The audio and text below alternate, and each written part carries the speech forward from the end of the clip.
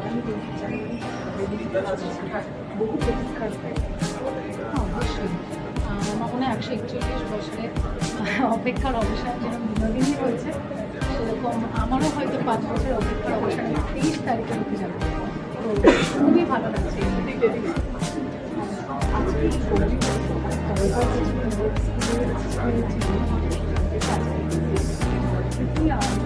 ছোটোবেলাটা মানুষ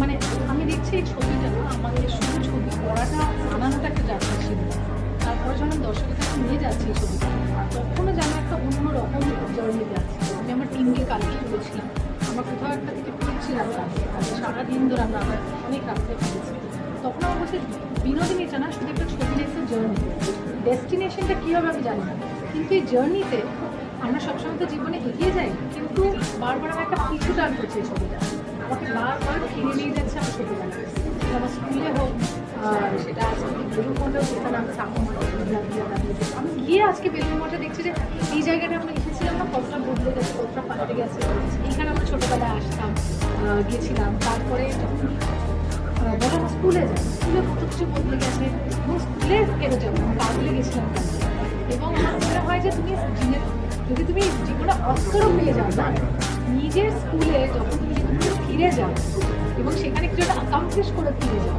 সেইখানে যে রিসেপশনটা ওটা যে কোনো অস্করে ন্যাশনাল অ্যাওয়ার্ড সব কিছুর every human being wants to go back to the school and be celebrate and that is the moment ভাবে বিনোদিনীকে পাচ্ছে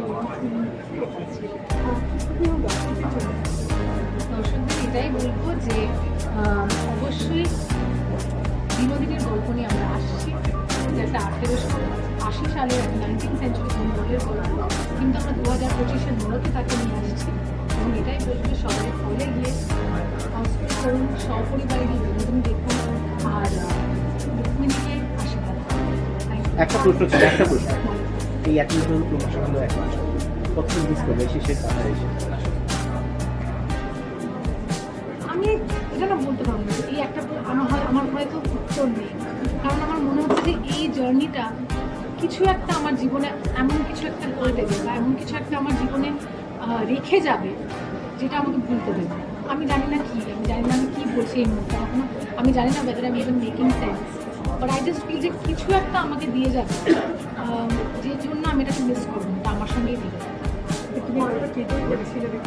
হ্যাঁ আজকে বলেছিলাম কাঁদবো না সেদিকে ট্রেলার হচ্ছে এত বাচ্চা তো আমি কেঁদে ফেলেছি আজকে আমি ছিলাম আজকে সুচির সাথে আমার পাশে কেঁদে যাচ্ছে আমি বলছি এই দেখো আজকে তোমার কাজের কথা কিন্তু হয় না মায়ের কথা যখন বলতে তখন যে কোনো সন্তান এটা একটা ইউনিভার্সাল ইমোশন এটা সিনেমা পর্দা প্রমোশন কোনো কিছু ধরে না কিন্তু সত্যি আমার মা এতটাই আমায় সাপোর্ট করছে কিচ্ছু না বলে নিজের জ্বর হচ্ছে আমাকে লিখতে রাখছে সেটা তো আছে আমি জানি কী করছে সে আমার অনেকটা আলোচনা সমালোচনার পর একটা করে এই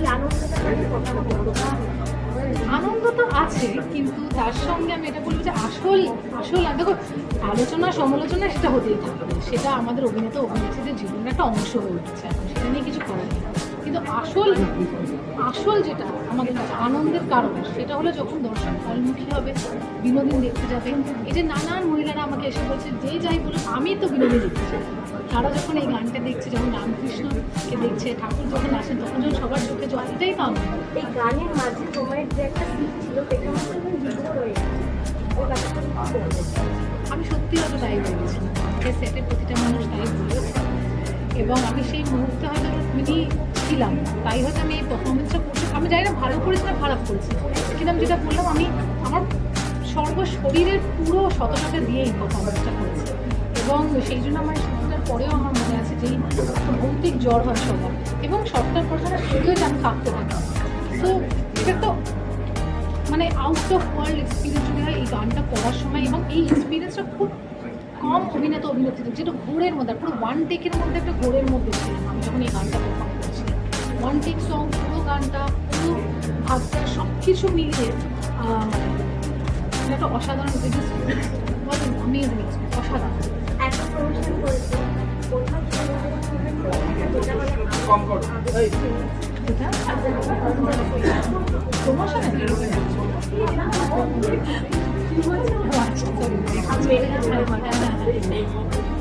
যেটা আমার মন ছুঁয়ে গেছে প্রমোশনাল মুভি, সেটা প্রচুর মুক্তি।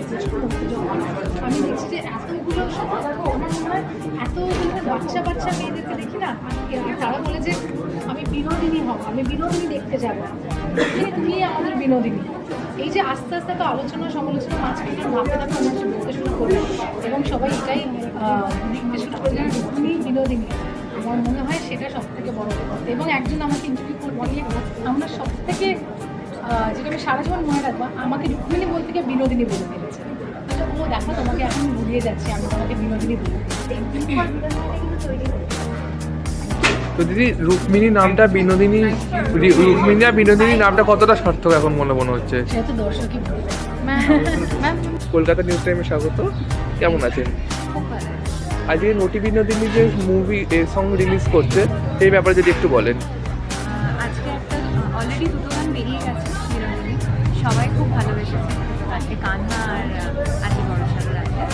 আজকে যেটা বেরোচ্ছে সেটা হচ্ছে হরি মন মাজায়, ভীষণই গুরুত্বপূর্ণ একটা গান আমার মনে হয়, মানে আমার নয়, সবাই বলছে এটা হচ্ছে বিনোদিনীর জীবনের অন্যতম গুরুত্বপূর্ণ একটা গান এবং গুরুত্বপূর্ণ একটা সিনে রয়েছে। গানটা আমি গেয়েছি, তো আমার ভীষণই আনন্দ। তো এক লাইন কি গানটা গাওয়া যাবে ছোট করে আসতে?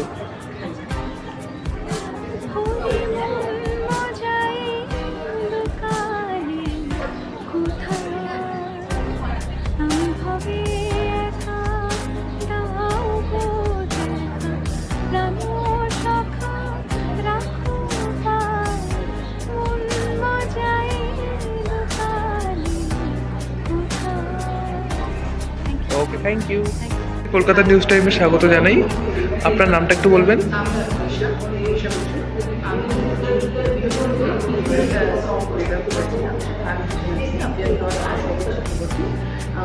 আমরা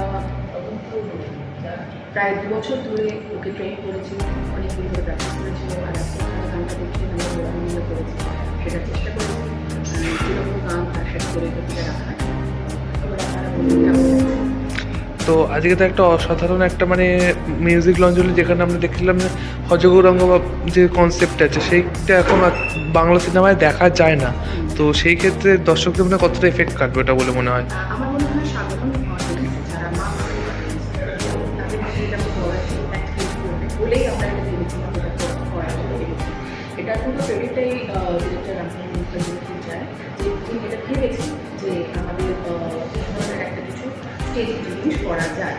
আরেকটা কথা যেটা আমরা ভেবেছিলাম সেটা পুরোপুরি মানে স্ক্রিনে দেখি দেখাতে, যেটা আমরা ভেবেছি সেটা শুধুমাত্র রুক্মিণী মাইটার জন্য, যে অসাধারণভাবে তাকে তার নিজের মধ্যে একটা ট্রান্সমিশন তৈরি করেছে এবং নিতাই গোড়ামিকে একদম সেই রূপে প্রেজেন্ট করতে পেরেছে।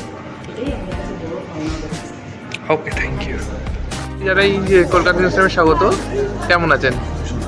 আজকে নটি বিনোদিনীর যে মিউজিক লঞ্চ করলো সেই ব্যাপারে কি বলবেন? বুঝতেই পারছেন যে মানে কতটা এক্সাইটেড ছিলাম আমরা, এবং এই মুভিতে এই জন্য আমরা দুজনের গান কোরিওগ্রাফি করেছি। একটি গান যেটা আগে অলরেডি লঞ্চ হয়ে গেছে, এইটা আমার সেকেন্ড গান, কিন্তু শ্যুট ওয়াইজ এটা আমার প্রথম কোরিওগ্রাফি করেছে। তার জন্য এই গানটা আমার অনেক বেশি কাছের, যেহেতু এটা আমার প্রথম এই মুভিতে আমার কাজ। আর কী বলবো, যেখানে চৈতন্য লীলা সেখানে তো সবটা নামেলেই বেরিয়ে আসছে। তো এটা খুব একটা কোরিওগ্রাফি বলবো না, এটা মন প্রাণ থেকে ভালোবেসে আমরা পুজো করেছি। এটা কোনো নাচ কোরিওগ্রাফি বা ওইটা আমি কখনই বলতে পারবো না, এটা একটা সাধনা ছিল, এটা একটা পুজো ছিল আমার তরফ থেকে এই গান। ওকে, থ্যাংক ইউ। কেমন আছেন? আমি ভালো। আজকে তো একটা মুভি মানে মুভি সং লঞ্চ করছে মনি মন মজায়, হরি মন মজায়। হরি মন মজায়। তো ওই মুভির ব্যাপারে যদি একটু কিছু যদি বলেন। হরি মন মজায় গানটা হচ্ছে গুরুত্বপূর্ণ একটি গান, আমাদের ছবি বিনোদিনী থাকে। আর সেখানে আমার মনে হয় যেটা এতটাই গুরুত্বপূর্ণ গান যেটা বিনোদিনীর জীবন পরিবর্তন করবে, এবং বিনোদিনীর সঙ্গে রামকৃষ্ণের দেখা সেটা এই গানের মধ্যেই আমরা দেখতে পাবো। এবং আরেকটা যেটা ইম্পর্টেন্ট থিং এই ফিল্মটার মধ্যে আমার মনে হয় যে এটা করতে যে ধরনের ওয়ার্ক বা যে ধরনের ডেডিকেশন দরকার ছিল সেটা তিনি কিন্তু প্রচণ্ড রকমভাবে দিয়েছেন। তিনি ছাড়াও মনে হয় না এই যেভাবে আমরা আজকে দেখতে পাবো সেটা আপনারা দেখতে পাবেন, দর্শকদের নিশ্চয়ই ভালো লাগে। তিনির কন্ট্রিবিউশন পার্টিকুলার ক্যারেক্টারটার জন্য ওটা এবং তার ভাবটাকে নিজের অন্তরের মধ্যে নিয়ে সেটাকে পরিস্ফুটিত করা পর্যায়ে সেটা জন্য আমি খুব কৃতজ্ঞ ওর কাছে। আর এটার পিছনে অনেকেরই অবদান আছে। সবার আগে বলতে হবে যে সৌরেন্দ্র সঙ্গীতের সঙ্গীত, তারা মিউজিক ডিরেক্টর, তারা কম্পোজ করেছিল।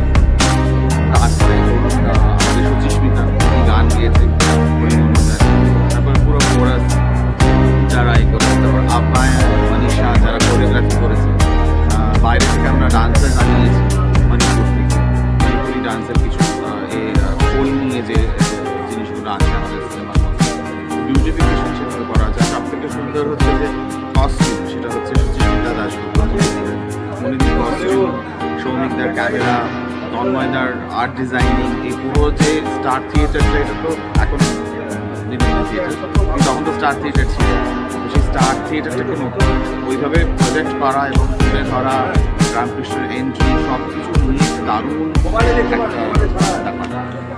তো আজকে আমরা দেখলাম একটি ইউনিক ধরনের, যেখানে ঢুকছে মানে সবাই মানে কীর্তন করতে করতে এন্ট্রি করছে।